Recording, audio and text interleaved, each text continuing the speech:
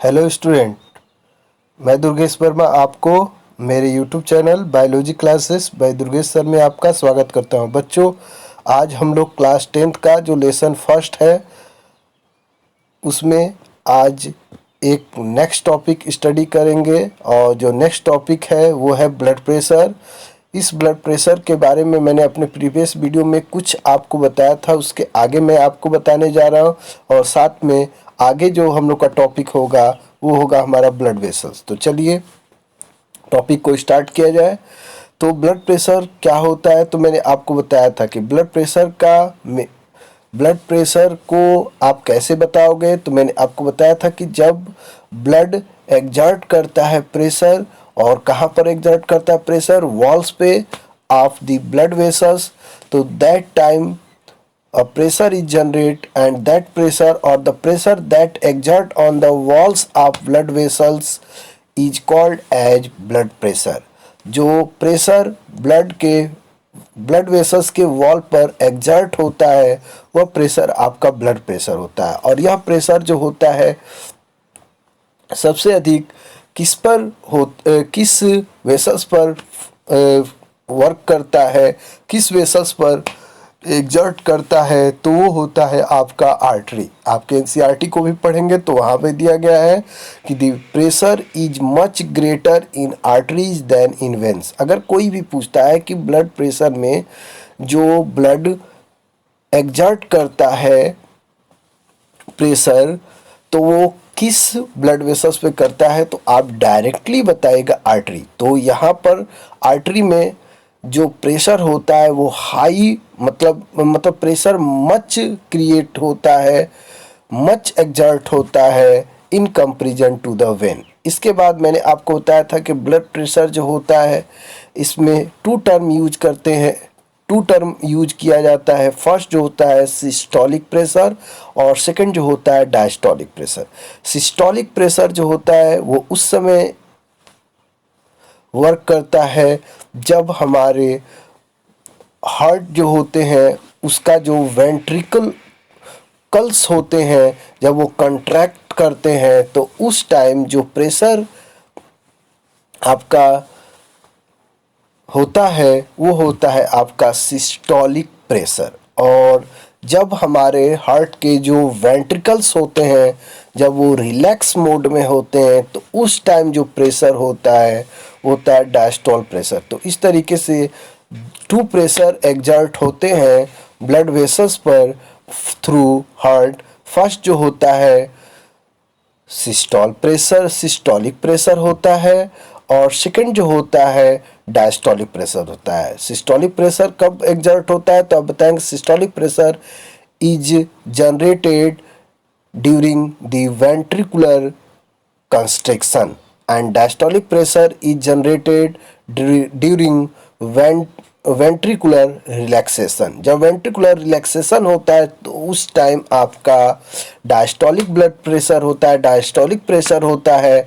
और जब हमारे वेंट्रिकुलर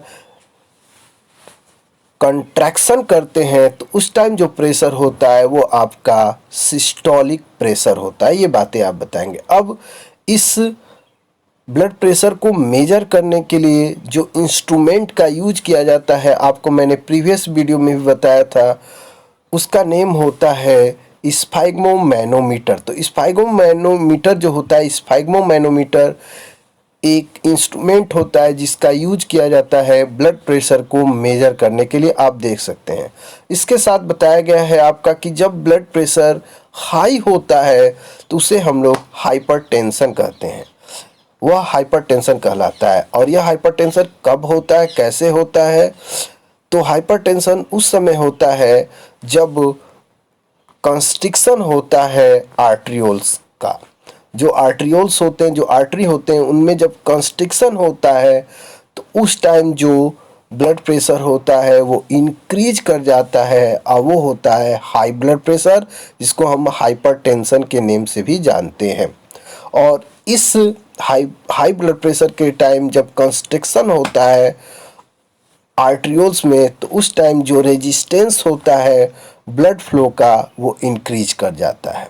तो अगर आपसे कोई पूछे तो बताइएगा कि जब हाई ब्लड प्रेशर होता है उस टाइम क्या होता है। तो हाई ब्लड प्रेशर के टाइम जो आर्टरियोल्स होते हैं उनमें कंस्ट्रिक्शन होता है, और साथ में और क्या होता है तो बताइएगा कि जो ब्लड फ्लो करता है आर्टरियोल्स में उसका जो रेजिस्टेंस होता है वो इंक्रीज कर जाता है।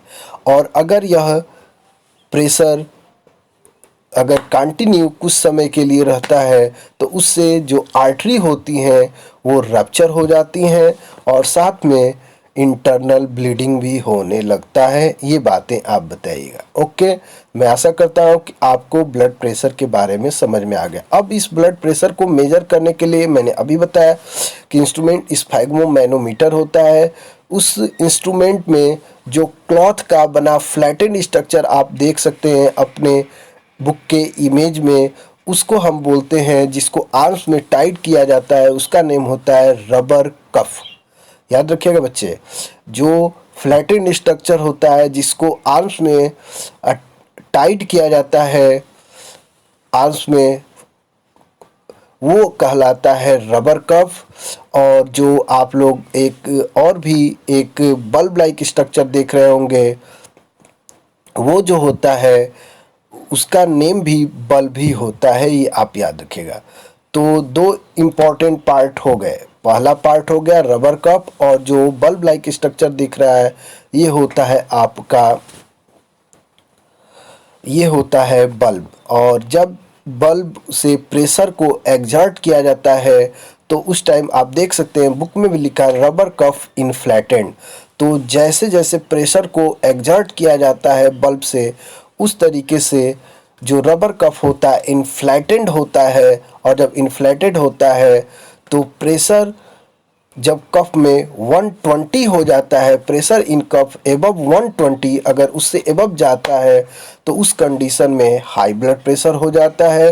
और अगर कफ में कफ का जो प्रेशर होता है, कफ को जब एयर से मतलब प्रेशर एग्जर्ट किया जाता है बल्ब से, तो अगर 120 से एबव नहीं जाता है, वहाँ तक ही रुक जाता है, तो उस कंडीशन को हम लोग बोलते हैं कि ये नॉर्मल कंडीशन है। तो सिस्टोलिक प्रेशर के लिए आपका कंडीशन क्या होता है कि जब रबर कप को आर्म से टाइट कर दिया जाता है, बल्ब से प्रेशराइज किया जाता है, जब वो इन्फ्लेटेड होता है तो हमारे आर्टरीज को वो क्लोज करने लगता है, और जब वो क्लोज करता है तो उस टाइम जो प्रेशर हमारे इंस्ट्रूमेंट के मॉनिटर पर देखने को मिलता है, अगर वह 120 से एबव होने लगता है तो वो आपका कहलाता है हाई ब्लड प्रेशर। और अगर वहाँ पर ही रुक जाता है, उससे ज़्यादा इंक्रीज नहीं करता है कुछ समय के बाद, तो वो आपका होता है कि नॉर्मल कंडीशन होता है। इसके साथ आप देख सकते हैं, अगर प्रेशर इन कफ बिलो 120, देख लीजिए, आप लोग देख सकते हैं, आप अपने बुक में भी फिगर देखिएगा, जब प्रेशर इन कफ बिलो 120 से अगर कम होता है प्रेशर कफ में, तो उस टाइम जो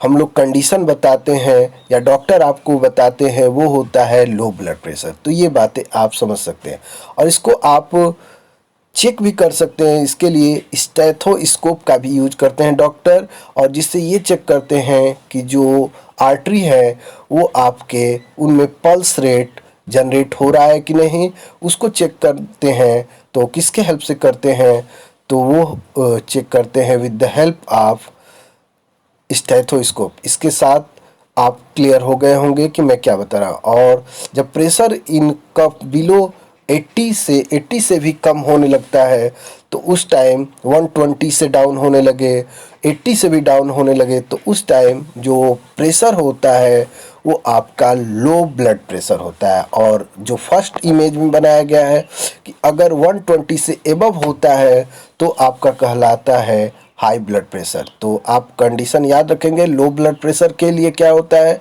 कि लो ब्लड प्रेशर 120 से बिलो हो, और 80 से जब बिलो कंडीशन होता है तो आपका कहलाता है लो ब्लड प्रेशर। और जब 120 से एबव होता है तो वो कहलाता है हाई ब्लड प्रेशर। तो ये कंडीशन होता है। और जिस इंस्ट्रूमेंट का यूज करते हैं मैं कई बार बता चुका, स्फैग्मोमैनोमीटर। इसमें क्या होता है कि एक रबर कप होता है जिसको आर्म्स में टाइट कर दिया जाता है, बल्ब के हेल्प से प्रेशराइज किया जाता है। जैसे जैसे बल्ब को हम लोग पुश करते हैं, दबाते हैं, तो वैसे वैसे रबर कप इन्फ्लेटेड हो जाता है। और इन्फ्लेटेड होने के बाद अगर रबर कफ का जो प्रेशर होता है 120 से एबव अगर जाने लगता है आर्टरी के क्लोज होने की कंडीशन में, तो वो आपका कहलाता है कि हाई ब्लड प्रेशर। और रबर कफ को प्रेशराइज करने के पर और अगर वो बिलो 120 होता है तो आपका कहलाता है लो ब्लड प्रेशर। और 80 बिलो होता है तो भी वो कंडीशन कहलाता है लो ब्लड प्रेशर। तो मैं आशा करता हूँ आपको ब्लड प्रेशर बहुत ही अच्छे से समझ में आ गया। अब चलिए हम लोग नेक्स्ट टॉपिक जानेंगे। और जो हम लोग का नेक्स्ट टॉपिक है वो हमारा द ट्यूब्स। आप देख सकते हैं अपने इस वीडियो के इमेज में आप देख सकते हैं कि द ट्यूब्स ब्लड वेसल्स। और ब्लड वेसल्स के बारे में आपने पिछली कक्षाओं में भी पढ़ा होगा कि ब्लड वेसल्स क्या होता है। तो ब्लड वेसल्स जो हो एक टाइप के ट्यूब्स होते हैं, और ये ट्यूब्स जो होते हैं ब्लड को कैरी करते हैं हमारे पूरे बॉडी में। तो पूरे बॉडी में ब्लड को कैरी करने का काम, ले जाने का काम कौन करते हैं? तो ट्यूब्स होते हैं जो जिनको हम ब्लड वेसल्स के नाम से जानते हैं। ये ब्लड वेसल्स कितने टाइप के होते हैं? तो ये मेनली 3 टाइप्स के बताए जाते हैं, दिए गए हैं। जिसमें से फर्स्ट जो होता है वो होता है आर्टरी, ये। और सेकंड जो होता है वो होता है आपका वेंस। और थर्ड जो होता है वो होता है कैपिलरी। मैं आशा करता हूँ कि आपको सभी बातें समझ में। फर्स्ट जो है वो है आपका आर्टरी। आर्टरी क्या होता है?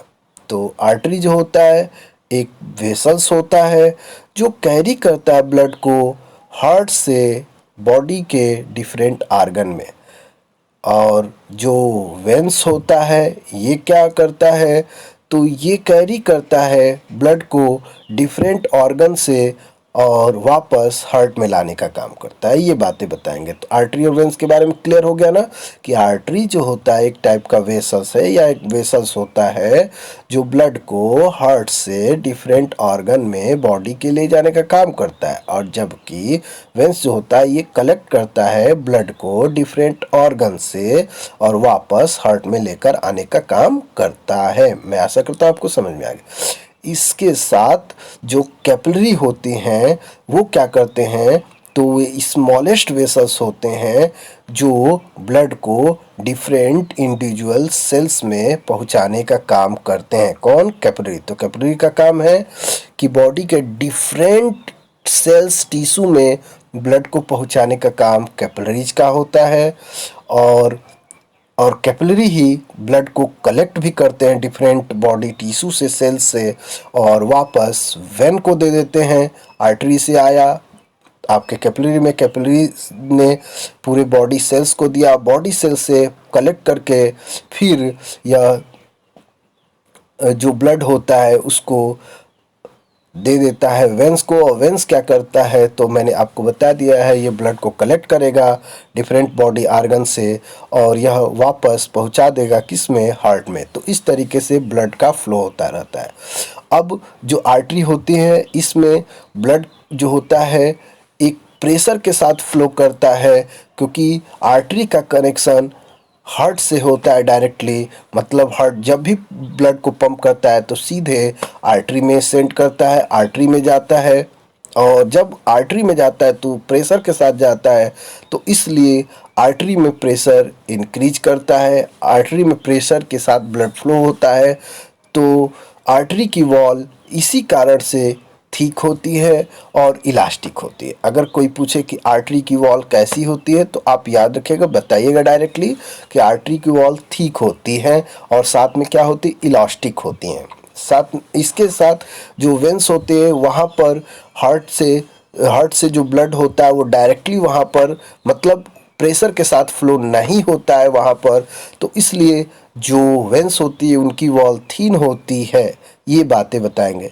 साथ में वेंस में हार्ट के डायरेक्टली कनेक्शन न होने का मतलब डायरेक्टली हार्ट से ब्लड फ्लो न होने का वहाँ से ब्लड का बैकवर्ड फ्लो होने के चांसेस होते हैं, इसलिए वेंस में वॉल प्रेजेंट होते हैं, जबकि आर्टरी में नहीं होते हैं क्योंकि आर्टरी का सीधे कनेक्शन हार्ट से होता है।